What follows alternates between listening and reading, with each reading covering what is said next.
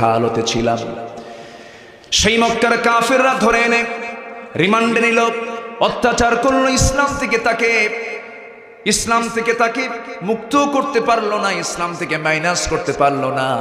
শেষ পর্যন্ত খাবার বন্ধ করে দেওয়া হলো। আমাকে দায়িত্ব দেওয়া হলো তাকে দেখার জন্য।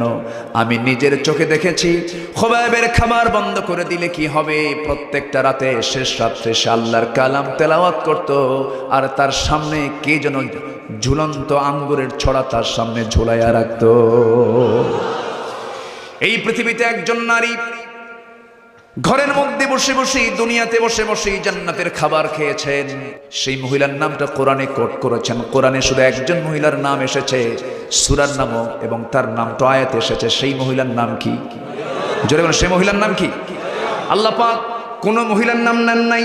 ইমরাত ফিরআউন, ইমরাত লূত, এরপরে এইরকম করে ইমরাত নূহ, কোন নারীর নাম সরাসরি নেন নাই। কিন্তু এই নারীর নামটা নেওয়া লাগতো না, কিন্তু নিয়েছেন ঈসার জন্য। কার জন্য?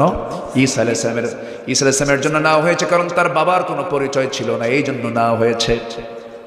এই মারিয়াম আলাইহিস সালামকে দুনিয়াতে বসে আল্লাহ রাব্বুল আলামিন জান্নাতের খাবার খাইয়ে দিয়েছেন।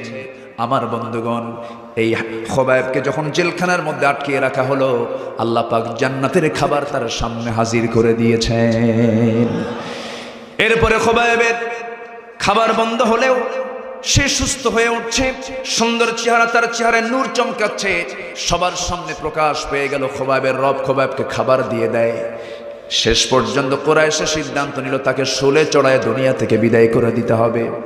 এই কথা যখন বলা হলো, এই কথা যখন তার কানে জানিয়ে দেওয়া হলো, এবং সর্বশেষ বলা হলো, সর্বশেষ তোমার ইচ্ছা কি বলো, তোমাকে আমরা শুলে চড়ায় হত্যা করব। মুস্কি হাসি মেরে বলছেন, আমার সর্বশেষ ইচ্ছা হলো পরিবারের সঙ্গে সাক্ষাৎ নয়, দুনিয়ার কোনো কথা নয়, তোমরা আমাকে একটু অজুর পানি দিয়ে দিবা, আমি আল্লাহর সঙ্গে একটু সরাসরি কথা বলতে চাই নামাজে। জোরে বলে সুবহানাল্লাহ। অজুর পানি দেওয়া হলো, নামাজে দাঁড়ায় গেলেন।